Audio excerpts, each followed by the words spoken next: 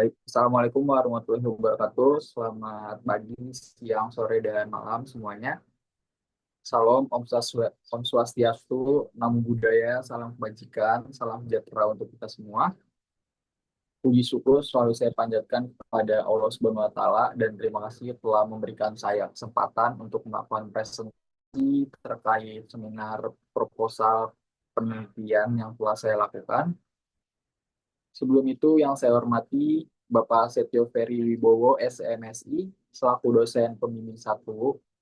Kemudian yang saya hormati Bapak Sandi Aditya, BIB, MPBS, selaku dosen pembimbing 2. Saya ucapkan terima kasih banyak kepada dosen pembimbing 1 dan dosen pembimbing 2 saya, karena berkat beliau saya bisa menyelesaikan penelitian saya hingga saat ini. Sebelumnya, perkenalkan nama saya Ilham Nur Sidik, mahasiswa dari jurusan Program Studi Pemasaran Digital Angkatan 2021.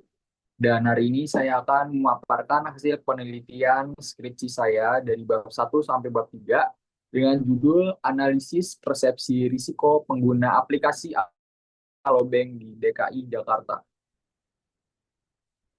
Oke, baik. Lanjut kepada bab 1, pendahuluan. Oke, yang pertama, latar belakang. Berdasarkan dari Badan Pusat Statistik atau BPS, menyatakan bahwa tingkat penetrasi internet di Indonesia menunjukkan tren peningkatan dari tahun ke tahun, yakni dari 66,48% pada tahun 2022 menjadi 69,21% pada tahun 2023. Kenaikan ini didorong oleh meningkatnya kebutuhan masyarakat akan akses informasi yang cepat dan praktis, serta semakin tersedianya infrastruktur yang mendukung perluasan akses internet ke berbagai wilayah. Saat ini juga, ponsel tidak lagi sekedar berfungsi sebagai alat komunikasi saja, melainkan telah berkembang menjadi media multifungsi yang sangat berguna bagi kehidupan manusia saat ini. Selanjutnya, menurut survei Generasi Baru Indonesia atau lebih yang dikenal dengan Genbi pada tahun 2021, perkembangan industri perbankan saat ini menunjukkan kemajuan yang signifikan, ditandai dengan kemunculan berbagai layanan bank digital yang mulai dianggap sebagai pesaing bagi bank konvensional. Fenomena ini sejalan dengan perubahan gaya hidup masyarakat modern yang semakin terdigitalisasi, di mana penggunaan layanan perbankan jarak jauh telah menjadi bagian dari kebiasaan sehari-hari. Perubahan perilaku ini mencerminkan pergeseran preferensi dari penggunaan layanan perbankan konvensional menuju layanan berbasis digital. Berdasarkan laporan dari Databooks pada tahun 2023, total nilai transaksi digital banking secara nasional pada bulan Agustus 2023 tercatat sebesar 5,098,6 triliun atau setara dengan 5,1 triliun. Angka ini menunjukkan bahwasanya peningkatan sebesar 1,3% dibandingkan bulan sebelumnya, serta mengalami pertumbuhan tahunan sebesar 11,9%. Nilai transaksi tersebut merupakan akumulasi dari berbagai kanal layanan digital perbankan, termasuk internet banking, SMS, maupun mobile banking dan phone banking. Perkembangan bank digital di Indonesia meningkat sangat pesat, termasuk kehadiran Alobank yang hadir dengan konsep digital full service banking. Namun berdasarkan pada tabel 1.1 tentang data aplikasi bank digital, kehadiran Alobank masih jarang ditemui oleh masyarakat. Alobank mendapatkan peringkat 55 pada aplikasi App Store, yang di mana hal ini menunjukkan bahwasannya Alobank ini memiliki peringkat paling rendah dibandingkan bank digital lainnya, seperti SeaBank ataupun Superbank. Selain itu, berdasarkan ulasan pengguna di platform yang sama, aplikasi ini memperoleh rating yang sangat kecil dibanding kompetitor lainnya, yaitu 4,0 dari 5, yang menunjukkan adanya penilaian pelanggan yang belum sepenuhnya memuaskan. Kondisi ini mengidentifikasikan bahwa terdapat aspek pelayanan yang dinilai kurang optimis oleh pengguna. Rendahnya persepsi terhadap kualitas layanan ini dapat memicu munculnya persepsi risiko di kalangan pengguna, baik dalam hal keandalan sistem, keamanan data, maupun kenyamanan dalam bertransaksi. Persepsi risiko yang tinggi dapat menjadi salah satu faktor penghambat dalam adopsi dan penggunaan berkelanjutan terhadap pelayanan digital alobank. Masuk ke permasalahan penelitian, yaitu meskipun alobank ini menawarkan kemudahan dan juga berbagai fitur menarik, alobank mendapatkan banyak ulasan negatif dari pengguna di Play Store maupun App Store, seperti error sistem, keluhan keamanan data, hingga proses registrasi yang bermasalah dan sangat rumit. Hal ini menandakan adanya persepsi risiko yang dirasakan oleh pengguna terhadap penggunaan aplikasi tersebut. Berikut permasalahan yang ditemui oleh peneliti pada platform App Store yang banyak dikeluhkan oleh pengguna. Yang pertama itu ada masalah mengenai permasalahan pengguna alobank terkait perceived of usefulness, yang dimana pengguna ini mengeluhkan bahwasannya aplikasi alobank ini seringkali tidak bisa dibuka. Walaupun bisa digunakan untuk cek saldo, tetapi alobank ini tidak bisa digunakan untuk bertransaksi seperti itu. Banyak sekali error yang dimana pengguna menjadi merasa tidak nyaman dan merasa tidak bermanfaat untuk menggunakan aplikasi alobank tersebut. Lalu yang kedua, permasalahan pengguna alobank terkait perceived easy of us, yang dimana eh, pengguna mengeluhkan bahwasanya pengguna ini lumayan tertarik untuk menggunakan alobank, tapi sayangnya pengguna memiliki kendala ketika melakukan registrasi. Bahkan pengguna telah mencoba mendelete aplikasi alobank tersebut dan mendownloadnya kembali, namun permasalahan tersebut juga tidak terselesaikan dengan baik. Lalu yang ketiga, permasalahan pengguna alobank terkait behavioral attention to us, yang dimana pengguna ini menyesal telah menginstal atau mengunduh dan menggunakan alobank ini, karena menurut pengguna ketika ia setelah mengunduh aplikasi alobank ini, pengguna merasa banyak sekali telepon nomor tidak dikenal yang menelpon pengguna berkali-kali sejak memakai platform tersebut. Kemudian permasalahan yang keempat mengenai security risk, yang dimana pengguna hampir tiap hari ada yang menelpon mengatasnamakan alobank dan dia tahu data mengenai pengguna tersebut, dan pengguna merasa datanya sangat tidak aman ketika menggunakan alobank ini. Lalu yang kelima, permasalahan kelima yaitu pengguna alobank terkait financial risk, yang dimana pengguna mengeluhkan bahwasanya duit si pengguna ini hilang 500.000, dan ketika pengguna mencoba menghubungi customer service, yang dimana customer service ini sangat slow respon dan juga tidak menanggapi dengan baik. Kemudian permasalahan terakhir mengenai time risk, yang dimana pengguna pernah mencoba menggunakan alobank untuk membayar parkir di TSM Cibubur, dan ternyata setelah sampai di parkirannya, alobanknya ini error sehingga ia tidak bisa menggunakannya dan harus menunggu selama 15 menit. Yang dimana pengguna ini merasa telah merugikan waktunya seperti itu. Hal ini menunjukkan bahwasanya persepsi risiko yang tinggi dapat menurunkan kepercayaan dan juga loyalitas pengguna terhadap pelayanan bank digital. Oleh karena itu, hal ini menjadi sangat penting untuk dianalisis mengenai dimensi-dimensi risiko apa saja yang paling dirasakan oleh pengguna, supaya pihak alobank dapat melakukan evaluasi dan juga perbaikan ke depannya.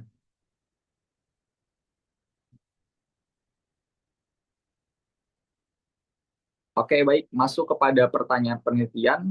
Berdasarkan uraian latar belakang tersebut, dapat disusun pertanyaan penelitian sebagai berikut.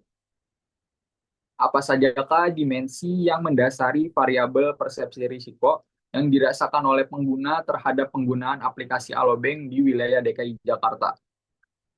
Tujuan penelitian yaitu untuk mengidentifikasi dimensi yang mendasari variabel persepsi risiko yang dirasakan oleh pengguna dalam menggunakan aplikasi Alobank di wilayah DKI Jakarta. Manfaat penelitian. Yang pertama ada manfaat teoritis. Penelitian ini diharapkan dapat memberikan kontribusi bagi pengembangan ilmu pengetahuan di bidang pemasaran digital, khususnya terkait dengan teori persepsi risiko. Hasil penelitian ini juga dapat menjadi referensi bagi penelitian-penelitian selanjutnya yang membahas topik serupa. Lalu manfaat praktis bagi aplikasi Alobank, penelitian ini dapat menjadi bahan evaluasi bagi manajemen Alobank untuk dapat mengetahui sejauh mana persepsi risiko yang dirasakan oleh pelanggan terhadap pelayanan yang diberikan. Dengan memahami aspek-aspek yang dianggap berisiko oleh pelanggan, perusahaan dapat mengambil langkah strategis untuk meminimalkan risiko tersebut. Kemudian bagi pengguna Alobank, hasil penelitian ini dapat mempresentasikan persepsi risiko yang dirasakan oleh pengguna layanan Alobank. Dengan demikian, diharapkan pihak perusahaan dapat lebih responsif dalam mengidentifikasi dan mengelola risiko yang dipersepsikan pengguna, sehingga pengalaman pengguna aplikasi menjadi lebih aman dan juga terpercaya.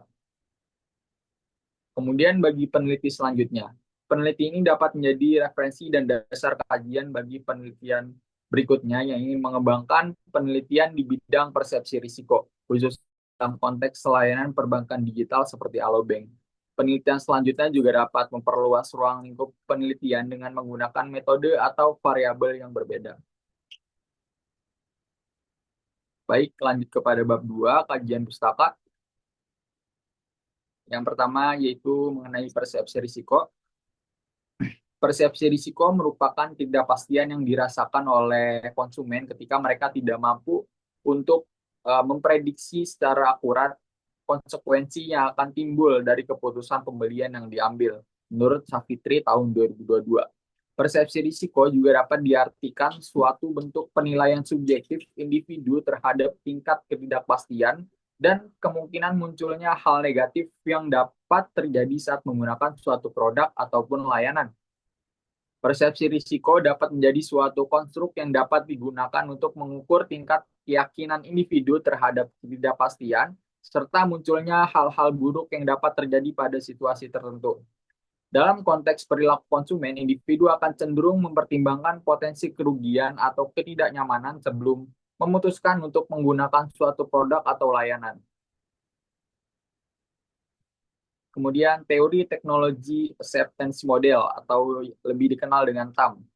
TAM berfungsi sebagai pendekatan yang terstruktur dan menyeluruh untuk mengukur seberapa baik penerimaan pengguna terhadap sistem teknologi. Banyak studi tentang adopsi teknologi menggunakan model ini karena dapat menggambarkan bagaimana pikiran dan perilaku pengguna dalam memutuskan untuk menggunakan atau menolak suatu sistem. Konsep TAM pada penelitian ini akan diukur menggunakan 5 dimensi yang diadaptasi dari penelitian Komaria tahun 2022. Di antaranya, yang pertama, Perceived Easy of Us, yang dimana mengacu pada kemudahan pengguna dalam menggunakan aplikasi atau layanan serta mencari informasi yang dibutuhkan. Lalu yang kedua, Perceived of Usefulness, mengacu pada kepercayaan pengguna bahwa aplikasi beserta layanan di dalamnya dapat memberikan manfaat untuk dapat meningkatkan kinerjanya. Lalu yang ketiga, Actual System Use, mengacu pada tindakan nyata pengguna dalam menggunakan aplikasi atau fitur-fitur di dalamnya seperti bertransaksi secara konsisten dan juga berulang. Lalu yang keempat, Behavioral Intention of Us, mengacu pada niat pengguna untuk menggunakan aplikasi berdasarkan hasil dari persepsi terkait kemudahan dan kegunaan suatu aplikasi. Lalu yang kelima, Security, mengacu pada sejauh mana aplikasi atau sistem dapat memberikan perlindungan terkait data pribadi pengguna supaya tidak disalahgunakan bahkan sampai merugikan pengguna. Berikut beberapa penelitian terdahulu. Yang pertama itu ada dari Anggraini et al. Tahun 2023 dengan judul Analisis Teknologi Acceptance Model dan Persepsi Risiko terhadap Minat Bertransaksi Mobile Banking Nasabah Bank Syariah Indonesia di Kota Jambi. Lalu yang kedua, Blend et al. Tahun 2024 dengan judul Investigating The components of perceived risk factor affecting mobile payment adoption. Lalu yang ketiga, Kaulu et al. Tahun 2024 dengan judul Factor Influencing Customer Attention to Adopt E-Banking, Attempt and Cybercrime Perspective Using Structural Equation Modeling. Lalu yang keempat, Andriana et al. Tahun 2022 dengan judul The Role of Technology Acceptance Model Factor on Purchase Intention in E-Commerce. Yang kelima, Ilham dan Sitohang tahun 2024, analisis perilaku generasi Z dalam mengadopsi bank digital, pendekatan TAM dan SOR. Lalu kemudian yang keenam, Kota dan Kusumastuti tahun 2022 dengan judul Analisis Pengaruh Minat Nasabah dalam menggunakan mobile banking dengan menggunakan kerangka teknologi acceptance model atau TAM. Lalu yang ketujuh, Caroline dan Astuti tahun 2021 dengan judul Analisis Faktor-Faktor yang Mempengaruhi Minat Nasabah dalam menggunakan M-Banking berdasarkan teori TAM. Lalu yang ketujuh, Anwar dan Riza tahun 2023 dengan judul Analisis Kemudahan dan Persepsi Risiko serta Dampak pada Kepuasan Pengguna Mobile Banking. Lalu yang kedelapan, Bulo et al. Tahun 2023, analisis statistik faktor-faktor yang mempengaruhi rendahnya minat masyarakat dalam menggunakan layanan PT Pos Indonesia Persero.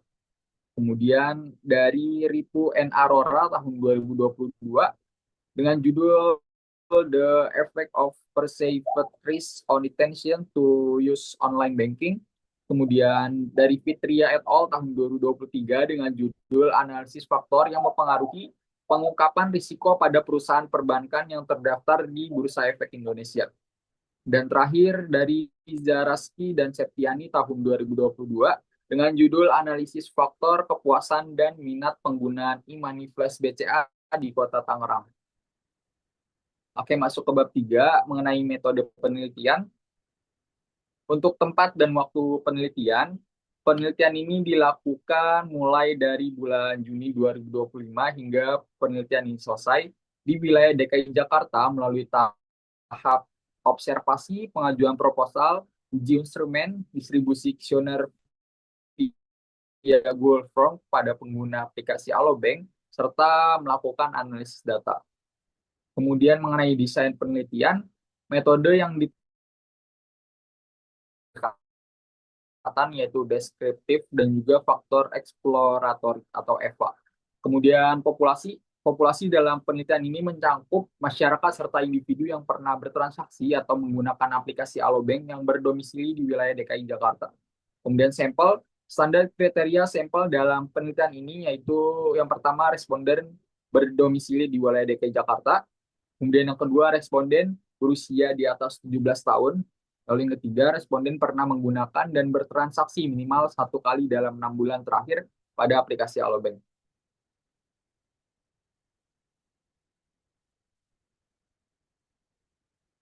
Kemudian, dalam menentukan sampel dalam penelitian ini, peneliti mengacu pada pedoman yang dikemukakan oleh Hare J. et al.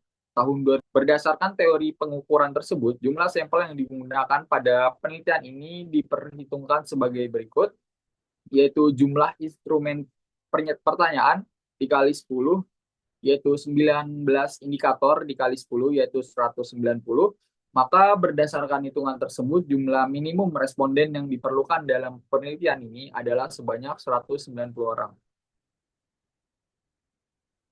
Kemudian teknik pengumpulan data, yaitu ada dua, data primer.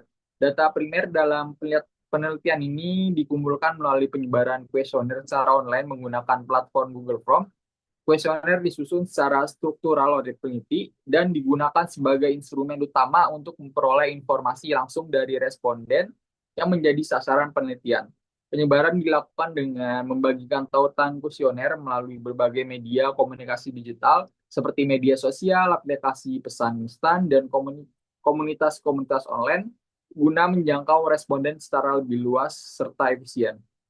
Hal yang kedua, data sekunder.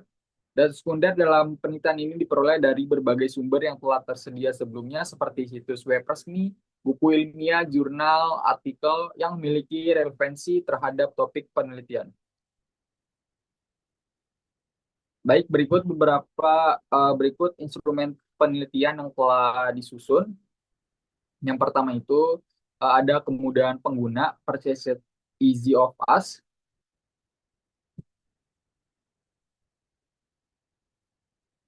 yang dimana indikator tersebut ada 5. Yang pertama mudah digunakan, lalu yang kedua kemudahan dalam bayaran, ketiga kemudahan pengguna, keempat integritas dan kejelasan, yang kelima efektivitas penggunaan. Lalu dimensi perceived of usefulness ada 4 indikator. Yang pertama manfaat, yang kedua aksesibilitas, yang ketiga ketepatan waktu, dan keempat kemudahan penggunaan. Lalu dimensi yang ketiga aktual system use ada 4 indikator. Yang pertama efisiensi, dua fleksibilitas, ketiga kemudahan dalam bayaran, keempat integritas. Lalu dimensi yang keempat mengenai behavioral attention to use ada 3 indikator. Yang pertama penyediaan layanan, yang kedua minat pengguna, dan ketiga empati atau harapan di masa depan. Lalu yang kelima dimensi keamanan atau security ada 3 indikator. Yang pertama perlindungan data, kedua keamanan sistem, ketiga keamanan transaksi. Dalam penelitian ini, instrumen yang digunakan untuk mengumpulkan data adalah kuesioner dalam bentuk angket yang disusun dengan menggunakan skala Likert.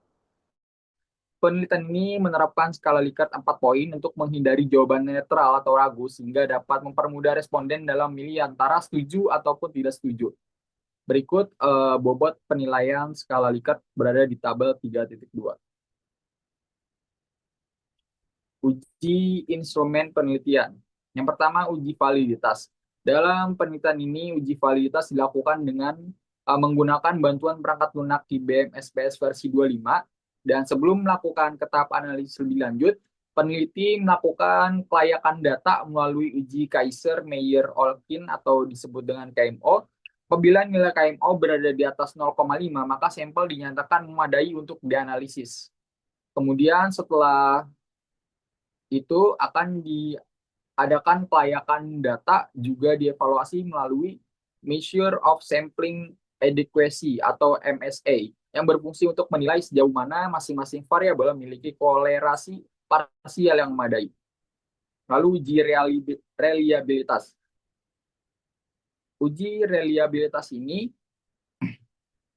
eh, suatu instrumen hanya dapat dilakukan apabila kuesioner yang digunakan telah dinyatakan valid melalui uji validitas sebelumnya. Jadi sebelum masuk ke uji reliabilitas, kita harus validasi dulu di uji validitas. Kemudian uji reliabilitas ini biasanya digunakan menggunakan Cron-Batch Alpha yang dianggap paling sesuai untuk instrumen penelitian dengan berbasis skala Likert. Apabila suatu variabel memiliki nilai Cron-Batch alpha lebih dari 0,6, maka variabel tersebut dapat dikategorikan reliable. Kemudian teknik analisis data.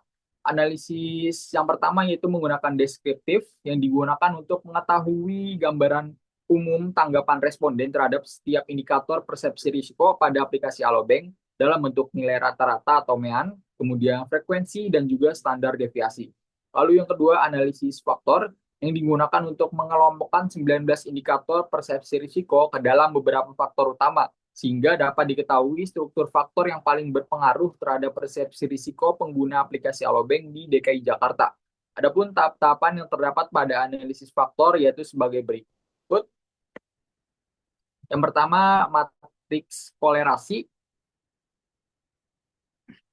akan digunakan uji Bartlett Test of Sphericity yang bertujuan untuk mengukur tingkat kolerasi keseluruhan variabel dengan kriteria kelayakan ditunjukkan melalui nilai signifikansi yang lebih kecil dari 0,05 atau kurang dari 0,5. Kemudian akan menguji kecukupan data dengan menggunakan metode Kaiser-Meyer-Olkin atau KMO. Nilai KMO digunakan sebagai indikator untuk menilai data yang digunakan apakah sudah memenuhi persyaratan untuk dianalisis lebih lanjut melalui analisis faktor. Jika nilai KMO diperoleh lebih dari 0,5, maka data dianggap memadai untuk dianalisis. Tapi jika sebaliknya kurang dari 0,5, maka data dianggap tidak layak untuk dianalisis lebih lanjut.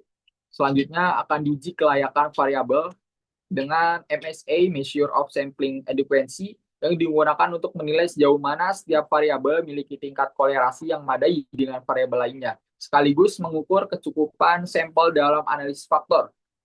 Kriteria kelayakan MSA ditentukan berdasarkan nilai yang diperoleh, yaitu jika nilainya 1 akan disebut dengan sempurna, di atas 0,8 sangat baik, di atas 0,7 baik, di atas 0,6 cukup, di atas 0,5 kurang baik, dan di bawah 0,5 sangat buruk sehingga tidak bisa diperkirakan dan tidak layak untuk dianalisis lebih lanjut. Kemudian masuk ke ekstraksi faktor, adalah proses utama dalam analisis faktor, yaitu mengekstraksi sekumpulan variabel awal sampai membentuk satu atau lebih faktor dengan menggunakan metode prinsipal komponen analisis atau PCA. Metode ini dipilih karena bertujuan untuk menyederhanakan sejumlah variabel menjadi sejumlah komponen faktor yang lebih sedikit, namun tetap mempresentasikan informasi yang tergantung dalam data di awal. Dalam penentuan jumlah faktor didasarkan pada nilai eigenvalue, yang dimana faktor dengan nilai eigenvalue lebih dari 1 akan dipertahankan sebagai komponen yang signifikan. Sebaliknya, jika nilai eigenvalue kurang dari 1, maka faktor tersebut dianggap tidak layak untuk dimasukkan ke dalam model analisis. Kemudian penentuan jumlah faktor. Dalam proses ekstraksi faktor akan mendapatkan hasil sejumlah faktor utama yang mampu menjelaskan sebagian besar dari variasi yang terdapat dalam data. Untuk menentukan jumlah faktor-faktor tersebut digunakan pendekatan dengan nilai eigenvalue. Faktor dengan nilai eigenvalue lebih dari 1, faktor tersebut akan dipertahankan dan dimasukkan ke dalam model. Dengan faktor dengan nilai eigenvalue kurang dari 1 tidak akan dimasukkan dalam model. Kemudian masuk kepada rotasi faktor. Distribusi dan rotasi dilakukan untuk mengelompokkan variabel-variabel berdasarkan faktor-faktor yang telah diidentifikasi pada tahap ekstraksi. Dalam penelitian ini digunakan metode Varimax rotation karena merupakan salah satu teknik rotasi yang paling umum dan seringkali digunakan juga dan dinilai lebih efektif dibandingkan metode lainnya. Penentuan kelayakan pada hasil rotasi didasarkan pada nilai-nilai faktor loading yang menunjukkan kontribusi pada masing-masing variabel terhadap faktor tertentu. Variabel akan disusun dalam kelompok berdasarkan pada nilai faktor loading masing-masing. Kemudian masuk kepada interpretasi dan penamaan faktor. Interpretasi faktor atau penamaan faktor dilakukan dengan mengidentifikasi nilai loading pada setiap indikator terhadap masing-masing faktor yang memiliki nilai lebih dari 0,5. Setelah diidentifikasi, setiap faktor yang terbentuk akan diberi nama sesuai dengan karakteristiknya masing-masing. Baik, mungkin itu saja presentasi yang dapat saya sampaikan. Wassalamualaikum warahmatullahi wabarakatuh.